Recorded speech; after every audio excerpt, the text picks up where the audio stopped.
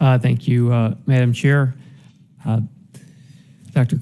Cordova, Dr. Subane, thank you for your work. You both know how much I appreciate the NSF and the great work that the NSF does and the work that both of you do. I've always been a very strong supporter of the NSF, and my questions are not going to be a surprise to you what I'm going to ask about. First is about I-Corps, because I've been a big champion of I-Corps, Innovation Corps, since the NSF started it. I think it's really important that we do what we can to help get the great work, turn the great work that's being done through the research at our universities and also our national labs into new products and services. So I'm pleased that the FY20 budget request indicates that NSF plans to expand I-Corps by increasing the number of sites and nodes and fostering a national innovation network.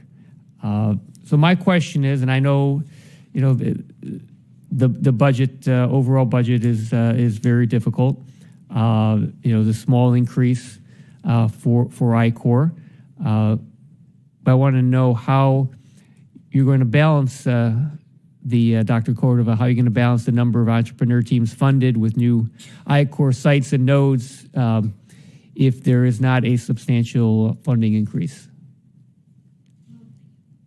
Thank you for your enthusiasm over I-Corps. This is a program that's only about half a dozen years old, and it's already yielded over 500 new startup companies. And what it's really changed is, I think, is the whole idea that faculty have that research can really be accelerated, and how do you do that acceleration? And so I think it's a culture changer, as well as given opportunities to new entrants into becoming, to starting their own businesses. When I've gone around to universities, I've seen women, underrepresented minorities be some of the I-Corps participants that are then starting their own businesses. It's just a game changer. We will do the best that we can by I-Corps. You've noticed that we've held the budget relatively flat, even though we have $1 billion less than we in this proposal than we presently have to work with. But I-Corps has also been, because it's worked so well in such a short time, it's also influenced the way we do a number of our other programs. For example, our Convergence Accelerator has an I-Corps component to it, because it's all really about how do you get research to translate faster into public good, and I-Corps was a way that showed us how to do that. Thank you. I wanted to move on to AI. Well, let me just say I appreciate the fact, as I said, that the budget is tough, and the fact that I-Corps gets a small increase relative to everything else. I appreciate that commitment from the NSF to I-Corps, and hope that continues to have that strong commitment. I know that Ranking Member Baird talked a little bit about AI and asked a question about AI and social sciences. I have a bill right now that would coordinate AI R&D across agencies. And also, other thing I've been very focused on is social science research and the importance of social science research. And now you talked a little bit about that with regard to AI. But one other aspect of that is, what about the societal impacts of AI-enabled devices? Is this something that is going to be a focus of NSF research, funded research? Absolutely. I mentioned a couple of new programs that we've offered, or solicitations for proposals.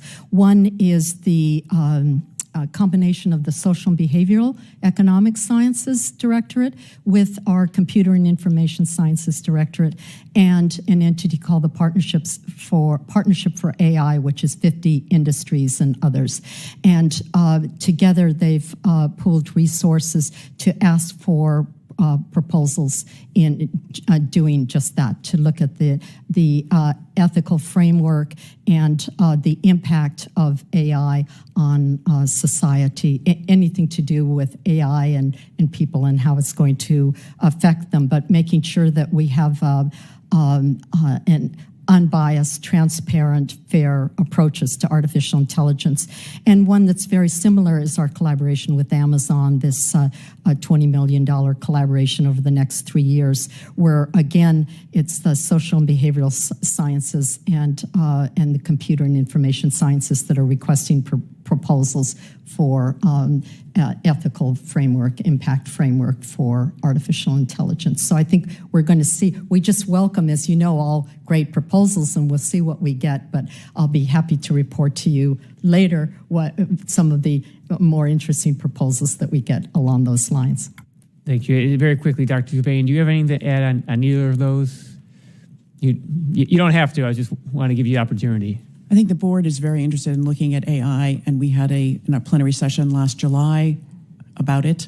I think trustworthy AI is important, and we have to make sure that we're incorporating ethical and other kinds of social and behavioral questions into our development of AI. Right. Thank you, and I yield back.